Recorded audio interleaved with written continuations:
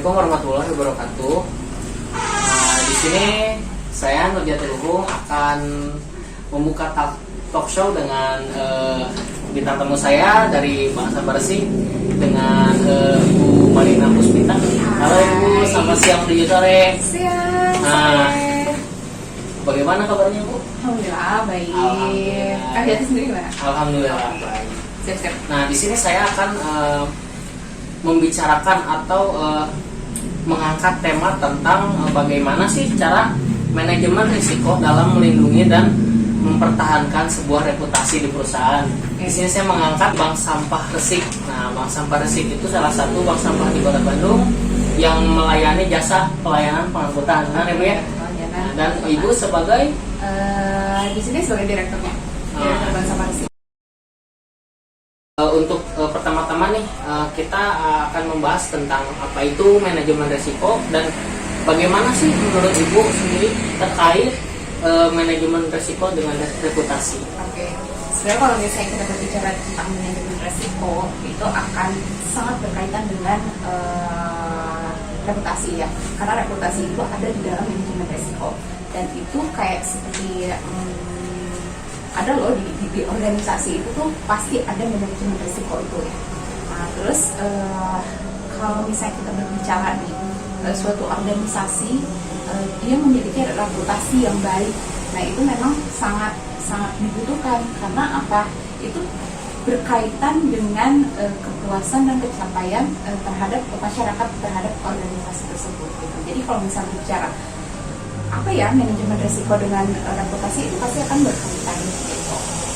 Baik, jadi pentingnya manajemen risiko ini untuk tentu saja membangun citra dari sebuah perusahaan dan menjadi reputasi. Nah, dan itu adalah aset dari sebuah perusahaan untuk bisa membangun reputasi yang baik. Yang penting ya Bu ya, aset yang sangat penting reputasi. Nah kan Bank Sampah Resik itu berdirinya sudah begitu lama ya, lumayan dari tahun 2016 sampai hingga sekarang ini kan dari track recordnya itu mengalami perubahan-perubahan bagi saya, inovasi-inovasi. Nah, menurut Bu Maria itu sendiri bagaimana sih track record untuk membangun reputasi dari titik awal Bank Sampah Resik berdiri hingga sekarang gitu, dan bisa melindungi reputasi itu? Ya sebenarnya kalau misalnya kita berbicara gimana sih track recordnya gitu ya untuk membangun reputasi ya pertama ya memang dari internalnya kita ya, dari tim kitanya gitu. Bagaimana kita bisa solid, kita bisa memberikan pelayanan yang baik, dan itu pasti akan dirasakan oleh nasabah ya, kalau kita di sini bukan nasabah bank sampah, untuk menikmati atau merasakan bahwa memang pelayanan kita itu baik gitu.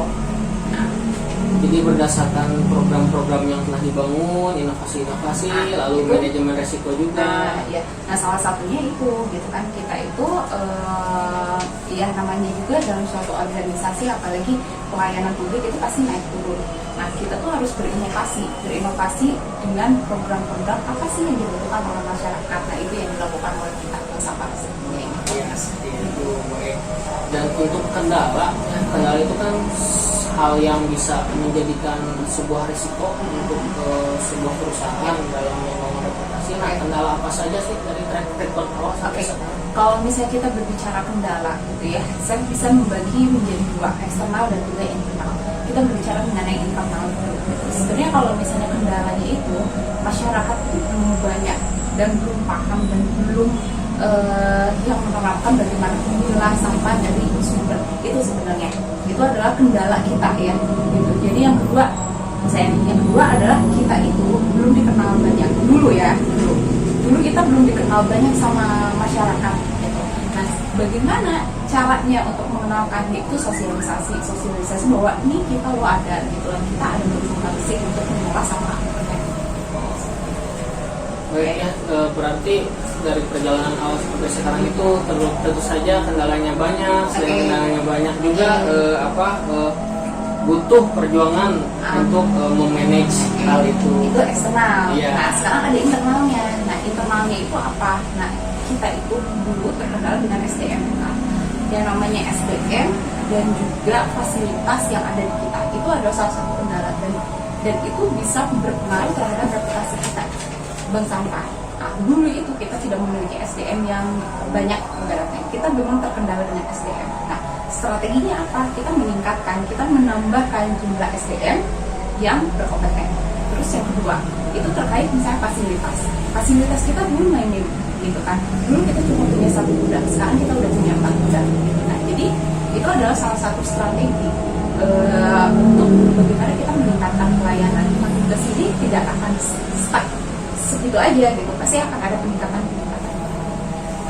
Baik, sepertinya sangat ini ya, manajemen risiko ini sangat penting bagi reputasi. Nah, lalu bagaimana sih kan untuk menghadapi pandemi COVID-19 itu kan kita dari awal tahun 2020 kemarin hingga sekarang itu kan dihadapkan dengan kendala di pandemi gitu kan. Tentu saja pelayanan itu tidak offline gitu ya, banyak yang edukasi juga lewat Zoom atau apa. Nah, bagaimana sih caranya untuk strategi manajemen reputasi di era pandemi ini? Kalau di kita menerapkan, jujur banget ketika pandemi itu sangat-sangat drastis, baik yang menabung ke kita maupun kita melakukan penjualan keluar. Salah satu strateginya adalah kita tetap membangun komunikasi yang baik terhadap nasabah, itu yang pertama. Yang kedua adalah tadi saya berbicara mengenai inovasi. Nah, inovasi itu yang akan membuat masyarakat, oh iya masih, walaupun dalam masa pandemi, mereka juga masih bisa memilah sampah. Nah, salah satu yang kita terapkan adalah kita ada program gitu di mana nabung sampah dapat emas. Nah, ini adalah salah satu bentuk strategi kita untuk menjaga reputasi kita dan juga tidak turun ya secara reputasi sebagai bank sampah di Kota Bandung. Nah, dengan program ini tuh ya alhamdulillah gitu, kita coba di launching walaupun dalam masa pandemi gitu kan. Itu membuat masyarakat itu tertarik karena apa? Ada emasnya di dalamnya. Jadi intinya ya harus kita berinovasi dengan program-program yang ada di Kota Bandung. Nah, terus yang selanjutnya adalah sosialisasi juga harus dilakukan. Itu sosialisasi kan walaupun sekarang dalam masa pandemi kayak gini kan kita ada Zoom. Nah, kita melakukan sosialisasi melalui Zoom dan itu tuh sangat efektif ya gitu untuk bisa mempertahankan ya, tentu saja hal itu sangat beda ya budayanya dengan ketika sebelum pandemi dengan pandemi. Jadi kita harus ekstra dalam memanfaatkan media sosial khususnya. Jadi di sini dalam arti Bank Sampah Resik ini menjaga reputasinya dan selalu melayani masyarakat dengan sebaik-baiknya. Seperti itu mungkin Bu ya. Iya, Nah, saya mendengar isu di bunyi terkait adanya peralihan di Bank Sampah Resik ini. Nah, bagaimana tuh ketika peralihan Bank Sampah Resik ini menjaga dan terus mempertahankan reputasinya? Oke, terkait isu itu memang sudah lama ya, gitu. Dan alhamdulillah nanti di bulan Oktober kita sudah beralih ke DLHK gitu, yang tadinya dari kebersihan terus sekarang menjadi edukasi lingkungan hidup. Sebenarnya ya satu, komunikasi terhadap nasabah itu sangat penting. Yang kedua ya kita pelayanan harus tetap dijaga, tidak kendor, tidak ada kekosongan ketika masa transisi itu terjadi gitu. Karena apa? Itu juga akan membuat paradigma itu kayak pemikiran ya, pemahaman di masyarakat itu jadi nantinya berbeda ke kita gitu. Makanya yang strategi yang kita lakukan ketika peralihan itu adalah tetap menjaga komunikasi dan pelayanan harus tetap berjalan gitu. Walaupun memang kita beralih, tetapi pelayanan ke masyarakat masih tetap berjalan. Itu sih sebenarnya untuk menjaga reputasi nama baik Bank Sampah Resik. Jadi dapat disimpulkan bahwa ketika dimanapun bila terjadi peralihan gitu ya, betul. Sebagai perusahaan yang memang bergerak di bidang bank sampah ini harus terus berinovasi dan juga terus menjaga reputasi gitu ya. Betul.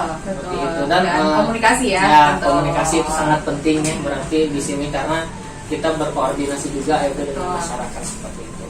Nah, ini terkait untuk membangun reputasi dan juga mempertahankannya nih, ada tips apa aja sih yang dipertahankan di Bank Sampah Resik ini hingga menjadi bank sampah yang memang sudah dikenal banyak? Jadi ini yang benar-benar kita tanamkan ya, bagaimana kita membangun dan mempertahankan reputasi bank sampah. Kita itu harus memiliki budaya kerja yang baik gitu ya. Kita memiliki 4 budaya kerja gitu. Yang pertama itu adalah bersih ya. Bersih, walaupun kita bekerja di sampah kita harus bersih ya gitu.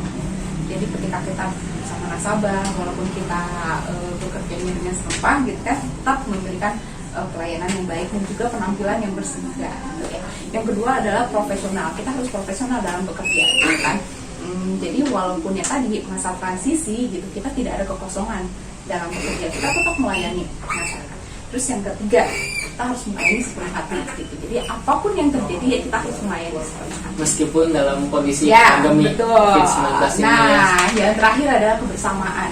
Jadi kebersamaan itu sangat perlu untuk bagaimana kita membawa bank sampah ini baik di mata masyarakat. Kalau misalnya di dalamnya aja ambruk, bagaimana orang lain bisa melihatnya? Jadi intinya adalah ada di kita gitu. Internalnya dulu kuat gitu, baru ke eksternalnya pun akan cukup bagus sekali ya Bu ya. Dan ini untuk terakhir nih Bu Mari, nih ada tips apa dalam memilah sampah agar terpisah gitu secara bagus dalam pemilahan sampah organik, terus memotivasi gitu bagaimana menciptakan lingkungan yang bersih dari sampah. Jadi sebenarnya kalau kayak gitu gini, dikembalikan lagi ke kita bahwa sebenarnya sampah itu tidak kotor, memang kotor, tapi bagaimana kita menghadapi atau memperlakukan sampah dengan baik. Ketika kita memperlakukan yang baik, pasti akan timbal baliknya yang baik. Nah sebenarnya itu adalah kembalikan lagi kesadaran kita bahwa mau nggak kita berkontribusi pada kota Bandung ini supaya menjadi lebih bersih gitu. Nah caranya seperti apa ya? Itu memilah sampah dari sumber. Itu dengan memilah sampah gitu kan, itu membantu kota Bandung untuk mengurangi sampah yang dibuang ke TPA. Nah ya intinya tuh pokoknya dari kita sendiri deh gitu. Sebelum ke orang lain, ke kitanya dulu gitu untuk memilah itu. Nah selanjutnya dari sampah itu kan ada nilai ekonomisnya. Nah inilah tugas kita gitu, memberikan program-program supaya masyarakat mau. Nah, salah satunya yaitu nabung sampah dapat emas gitu. Nah itu adalah salah satu cara menarik masyarakat. Gitu. Jadi kayak seperti marketingnya kita ke masyarakat dalam mempromosikan program. Jadi sebenarnya itu kayak reward aja sih gitu. Tapi kalau misalnya seandainya kita mengandalkan dari sampahnya, itu nilainya nggak akan banyak.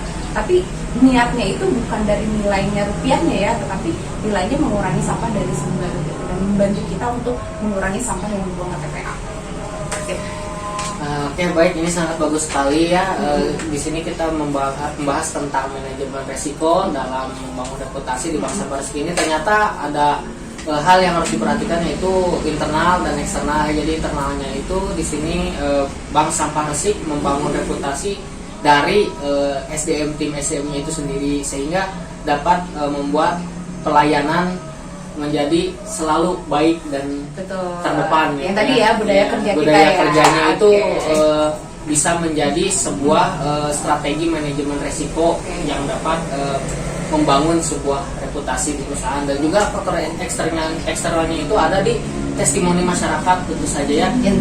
Testimoni masyarakat dan juga penilaian dari luar gitu ya, terhadap kita. Jadi manajemen resiko ini atau manajemen krisis ini sangat penting bagi membangun reputasi Bank Sampah Resik. Oke, baik, terima kasih ya Bu Mari ya untuk waktunya,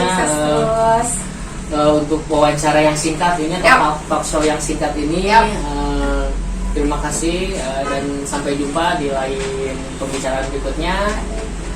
Salam sehat, salam sejahtera, dan jangan lupa bahagia. Wassalamualaikum warahmatullahi wabarakatuh.